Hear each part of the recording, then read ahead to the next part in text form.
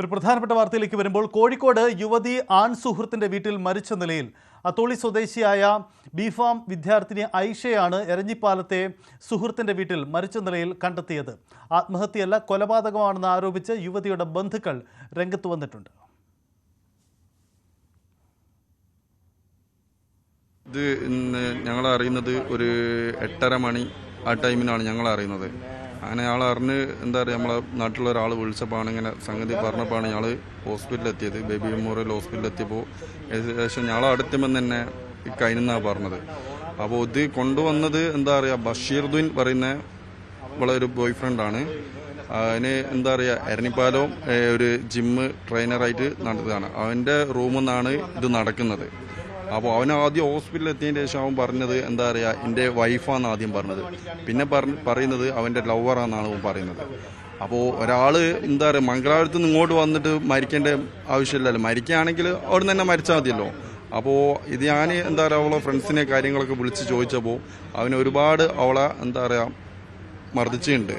അടിക്കുകയും എന്താ പറയുക, പല കാര്യങ്ങളൊക്കെ വെച്ചിട്ട് അവളെ അടിക്കുകയൊക്കെ ചെയ്തിട്ടുണ്ട്. അങ്ങനെയാണ് കേട്ടത്. വളരെ സമയമായിട്ടും എല്ലാവരോടും ഒരേ രീതിയിൽ സംസാരിക്കുന്ന ഒരു കുട്ടിയാണ്. അതിനുള്ള ധൈര്യം ഉണ്ട് എന്ന് എനിക്ക് വിശ്വസിക്കാൻ കഴിയുന്നില്ല.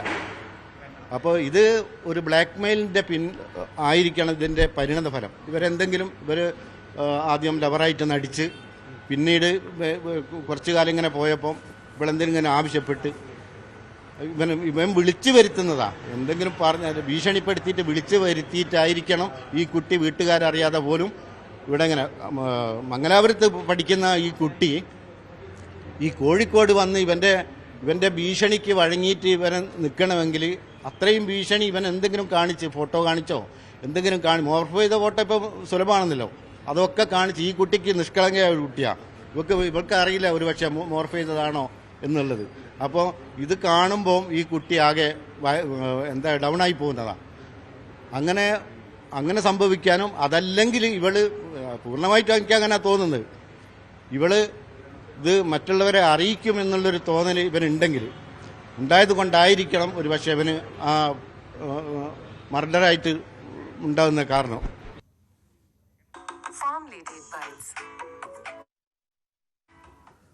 MS അനീഷ് കുമാർ നമുക്കൊപ്പം ചേരുന്നു. അനീഷ്, ഈ ആരോപണം എന്താണ്? ഇതിന്റെ വസ്തുത എത്രമാത്രമാണ്? ഇത് സംബന്ധിച്ചുള്ള ആരോപണം എങ്ങനെയാണ്?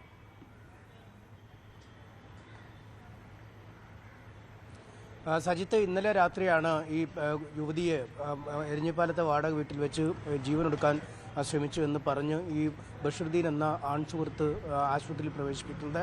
ആശുപത്രിയിൽ പ്രവേശിപ്പിച്ചപ്പോഴേക്കും മരണം സംഭവിച്ചിരുന്നു. ഇയാൾ തന്നെയാണ് ആശുപത്രി അധികൃതരോട് ഇക്കാര്യം വ്യക്തമാക്കുകയും പിന്നീട് പോലീസിൽ വിവരമറിയിക്കുകയും പോലീസ് എത്തി ഈ ബഷീർദ്ദീനെ കസ്റ്റഡിയിലെടുക്കുകയുമായിരുന്നു. ഇയാൾക്കെതിരെ കേസെടുക്കുകയോ അല്ലെങ്കിൽ അറസ്റ്റ് രേഖപ്പെടുത്തുകയൊന്നും ചെയ്തിട്ടില്ല എന്നാണ് പോലീസ് അറിയിക്കുന്നത്. എന്താണ് സംഭവിച്ചതെന്നത് സംബന്ധിച്ച് കൃത്യമായ പരിശോധന നടത്തി വരുന്നു എന്നും പറയുന്നു. മംഗലാപുരത്ത് ഫിസിയോതെറാപ്പി വിദ്യാർത്ഥിനി ആണ് ഈ മരിച്ച ഐഷ എന്ന വിദ്യാർത്ഥിനി.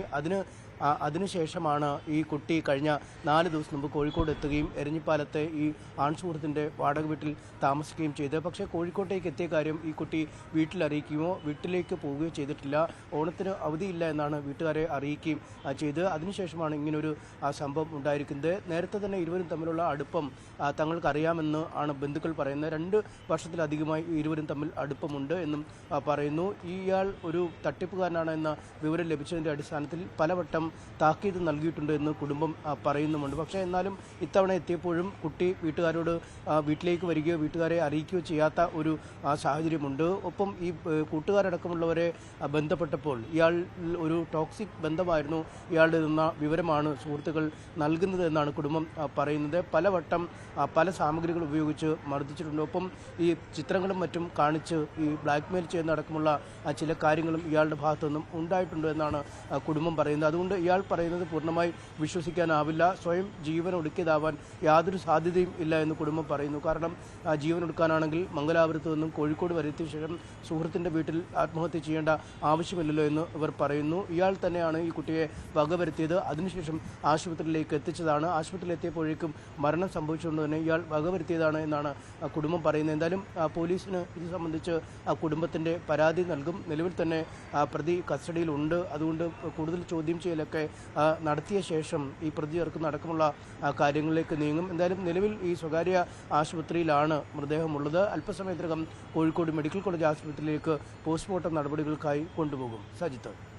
അനീഷ്, ഈ അത്തോളി സ്വദേശിയായ യുവതി മംഗലാപുരത്ത് ബിഫാമിന് പഠിക്കുന്നത് അവിടെയാണോ? അങ്ങനെയാണോ ഇവിടേക്ക് തിരികെ വരുന്നത്? എന്താണ് അതിൽ സംഭവിച്ചത്?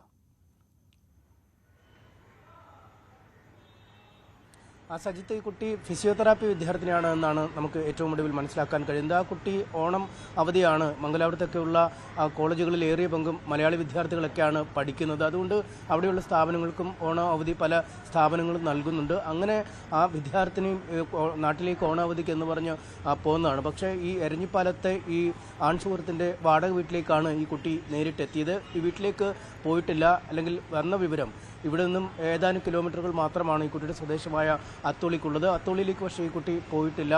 വന്ന വിവരം വീട്ടുകാരെ അറിയിച്ചിട്ടുമില്ല. വീട്ടിൽ നിന്നും കഴിഞ്ഞ ദിവസം ബന്ധപ്പെട്ടപ്പോഴും പറഞ്ഞത് ഓണത്തിന് അവധി കിട്ടില്ല, പഠിക്കാൻ ഒരുപാട് കാര്യങ്ങളുണ്ട് എന്നൊക്കെ പറഞ്ഞാണ് കുട്ടി ഇരുന്നത്. അതുകൊണ്ട് പൂർണ്ണമായും ആൺസുഹൃത്തിൻ്റെ വീട്ടിലേക്കാണ് വന്നത്. അവിടെ വെച്ചാണ് ഇങ്ങനൊരു സംഭവം നടക്കുകയും ചെയ്യുന്നത്. എന്തായാലും ഇയാൾ പോലീസിന് നൽകിയ വിവരങ്ങളനുസരിച്ച് ഈ കുറച്ച് ദിവസമായി, അല്ലെങ്കിൽ 4 ദിവസമായി ഈ കുട്ടി ഇവിടെ എത്തിയിട്ടുണ്ട്. അതിനുശേഷം ഓണാഘോഷ പരിപാടികൾക്കായി പോകാനായി താൻ ഇന്നലെ ഒരുങ്ങി. ആ സമയത്ത് ഈ ഓണാഘോഷ പരിപാടിയിൽ പങ്കെടുക്കാൻ പുറത്തേക്ക് പോകേണ്ടതില്ല എന്ന് പറഞ്ഞ് യുവതി താനുമായി വഴക്കുണ്ടാക്കി. അതിനുശേഷം ഈ യുവതിയുടെ വാക്കുകൾ അവഗണിച്ച് താൻ ആ പരിപാടികളിൽ പങ്കെടുക്കാൻ പോവുകയായിരുന്നു. അതിനുശേഷം തിരിച്ച് വീട്ടിലെത്തിയപ്പോഴാണ് ഇങ്ങനെ തൂങ്ങി മരിച്ച നിലയിൽ, അല്ലെങ്കിൽ തൂങ്ങി മരിച്ച് ശ്രമത്തിൽ ഈ യുവതിയെ കണ്ടെത്തിയത്. അവിടെ നിന്നും ആശുപത്രിയിലേക്ക് കൊണ്ടുവരികയായിരുന്നു. ആശുപത്രിയിലെ CCTV ദൃശ്യങ്ങളൊക്കെ അടക്കം പോലീസ് പരിശോധിച്ച് വലിയ പാനിക്കായാണ് ഇയാൾ ഈ കുട്ടിയുമായി ആശുപത്രിയിലേക്ക് വരുന്നതും മറ്റു കാര്യങ്ങളൊക്കെ പറയുകയും ചെയ്തൊക്കെ.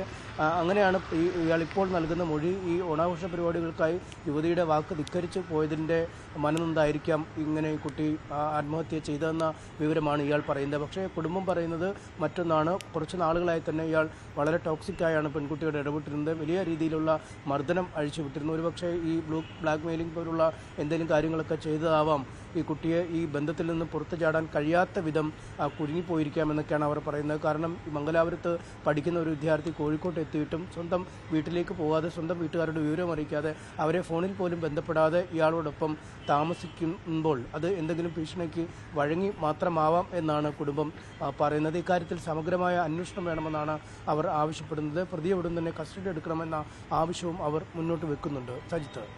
യെസ്, അതാണ് സാഹചര്യം. എന്തായാലും കോഴിക്കോട് അത്തോളിയിലാണ്. അത്തോളി സ്വദേശിയായ യുവതിയാണ് എരഞ്ഞിപ്പാലത്തെ സുഹൃത്തിൻ്റെ വാടക വീട്ടിൽ മരിച്ച നിലയിൽ കണ്ടെത്തിയിരിക്കുന്നത്. ഇത് കൊലപാതകമാണെന്നാണ് ബന്ധുക്കളുടെ ആരോപണം. എന്തായാലും ആൾ കസ്റ്റഡിയിലുണ്ട്. ഉടൻ ബാക്കി നടപടി